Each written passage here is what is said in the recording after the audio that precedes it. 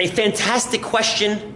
Why make the distance be the dependent variable? Why not make distance be the independent? I mean, it makes more sense. 0, 25, 50, 75, 100. Not a problem. It's a great question, and the answer is you totally could.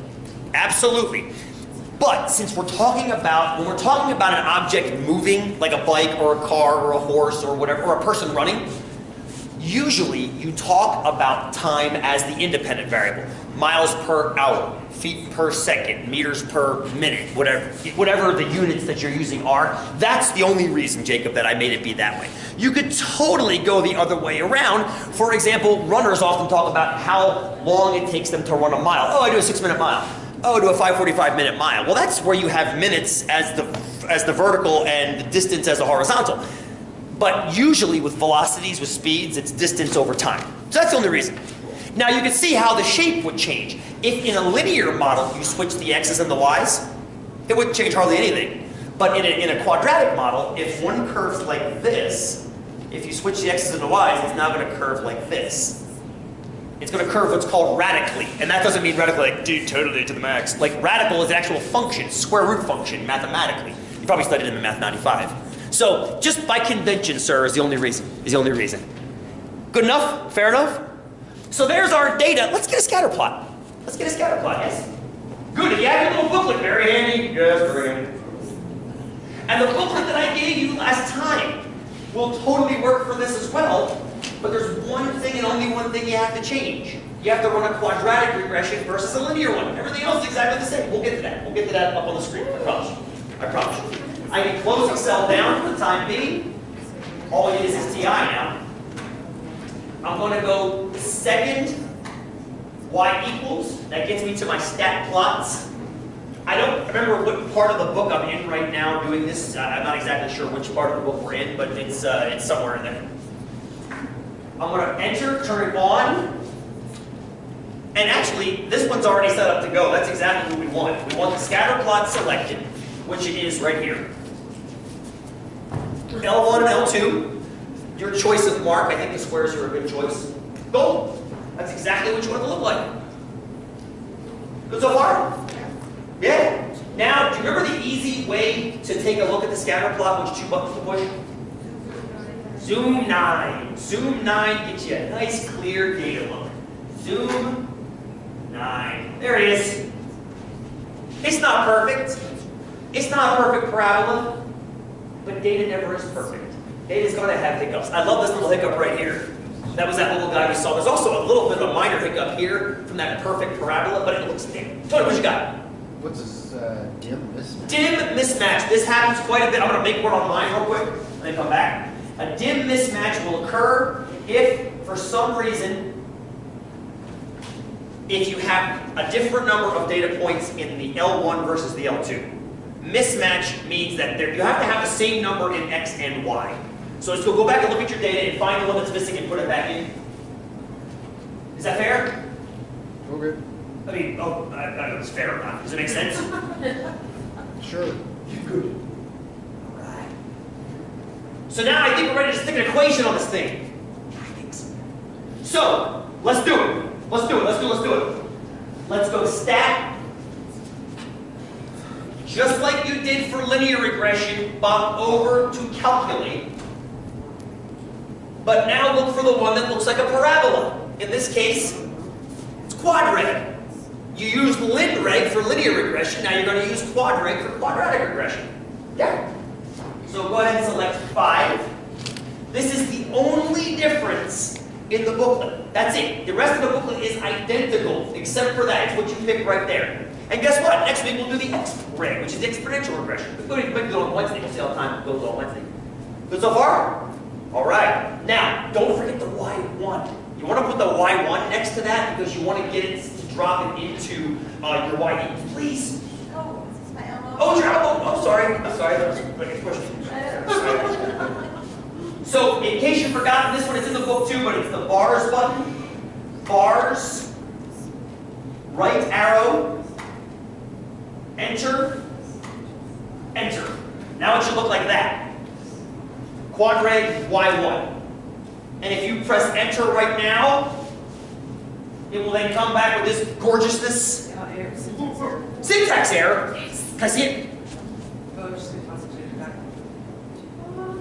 Oh, do it. Oh, it's like, cardigan.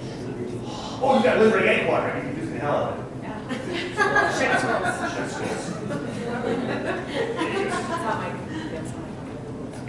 Shiny squirrels. So now take a look at all that interesting data up there. Somebody, Tom, you quoted for me. You said y equals ax squared plus bx plus c. Remember earlier we were talking about quadratics? What's the matter, Katie? Yeah, go ahead. Just have the R squared on it. That's okay. The r squared is called a diagnostics. Ignore them. If you want them turned off after class, I'll turn them off for you. Not a problem. No, you can just ignore them. Ax squared plus bx plus c is the general form of quadratic. Just like the general form of a linear is y equals ax plus b. So if you took away the quadratic part, the ax squared, the bx plus c, linear. Adding the ax squared term in the front makes it a quadratic. So what it's done now is it's given you the coefficients on the x squared term, the linear term, and the constant term. Now it's not perfect. Hit graph. And you'll see your scatter plot with, oh, that was fast. It's not perfect, but it's damn good. It's not perfect, but it's damn good. I mean, it's damn good. It's not perfect because what y value does that curve go through when it hits the y-axis? It's not 0. It should be 0. Yes, it should be, but it's not. Did you see? I'm going to back out to the home street again. You tell by what you see on the screen there? No.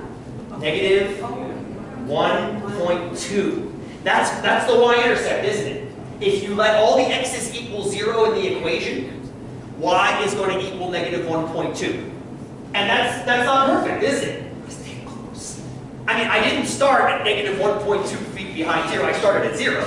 So it should start at 0. And Excel has a fun little way of forcing it to start at 0. You'll learn it on your out-of-class examination. Excel. You can do a similar thing in Excel. So the idea is, it's not perfect, but it's damn good. It's damn good. So here, I just gave you guys, I handed out a little in-class quiz. We'll start this today. We'll see if we finish it today. We'll see how time goes. Right now, it says if you'd like, pair off with someone else in the class. Maybe introduce yourself to someone else that you haven't met yet. You don't have to do that. You can totally work by yourself if you want to. You can also work with somebody else if you want to. Totally up to you. The first thing I want you to do is to write down the model that we just came up with. This is the first 2-point question there, that part A. It says to start by completing the model we arrived at together as a class below. That's what we're doing right now. You're doing this right now. It's beautiful. So the model is staring you in the face. Yes. Y equals. So as far as the coefficient, just go ahead and write down 1.58. We can round it off to 2. The TI has them all in there. We're going to use the TI to actually do this, so we're happy. So y equals 1.58, and the x squared is already there, plus 3.94, why not call it 3.94, x, plus, how about negative 1.21? How's that sound? Negative 1.21.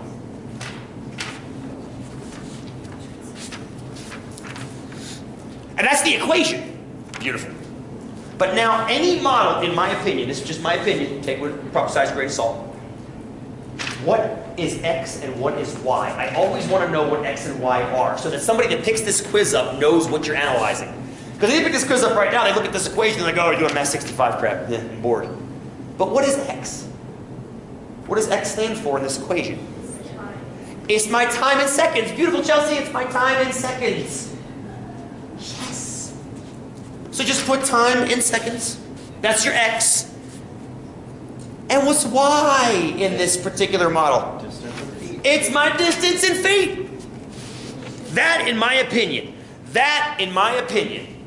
is an indicator. That is an indicator for me of a complete model. You've got the equation, which is important, but you also have an explanation of your variables, which makes it conceptual.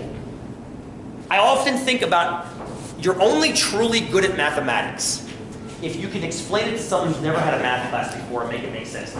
Now there is a limit to that.